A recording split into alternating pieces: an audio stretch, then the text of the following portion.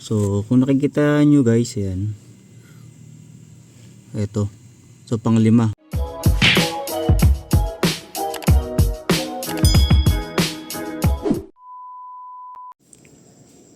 So okay guys, so quick video lang tayo. So itong Fortuner kasi namin is biglang hindi gumana yung saksakan sa cigarette.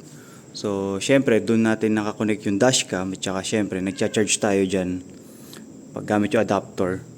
So ayan guys, so chinek ko rito sa fuse box sa engine bay.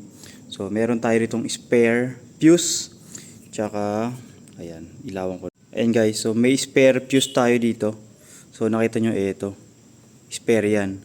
So kung nakikita nyo sa takip ng fuse box, ayan, spare. So may 10, 15 at saka 25. Tsaka meron din tayong pang clip, ayan. So dito nakakalagay guys sa takip ng fuse box. So pwede nating hiramin yan. Ayan, so tanggalin nyo lang yan. Tapos kunin natin yung fuse dito.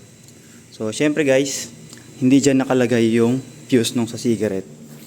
So, andito siya sa ilalim ng ayan, taas ng pedal, brake pedal. So, andyan siya guys. Ayan, so actually nakatanggal na yung takip. So, tinanggal ko na yung takip para makita ko na rin kung nasaan nakalagay yung location ng fuse. So, ito guys yung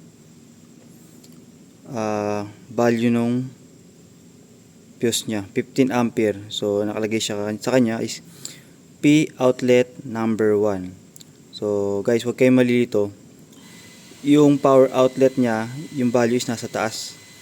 So sunod-sunod kasi. So yan, so nasa taas yung value niya, huwag yung 5 ampere kundi putok ulit yan. So yan guys, so 15 ampere. So hiramin natin yung 15 ampere dun sa harap, yung spare niya. Tapos tanggalin na natin yung dito. So pang 5 siya, 1, 2, 3, 4, 5. So tanggalin na guys natin siya sa ilalim. So gamit syempre yung clip na to. So kung nakikita nyo guys, yan, eto, so pang 5. So isa lang naman yung 15 ampere dito, yun. 1, 2, 3, 4, 5. So tanggalin natin para madali. Mahirap siya guys pag kuko. So tingnan natin kung confirm.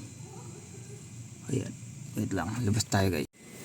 So yun guys, excuse sa marumi kong kamay. So confirm is, ayan guys, confirm na busted na siya or naputol, yun, no? Putol siya sa gitna. So dahil guys dyan, so tapon na to, wala nang kwenta to. So hiramin natin itong 15 ampere sa spare. Yan, para magamit syempre natin. Mabutin lang may spare. So I think madalas mababasted to pag na-short or pag minasaksak na nagdikit yung positive negative. So kailangan natin bumili ng maraming ganito.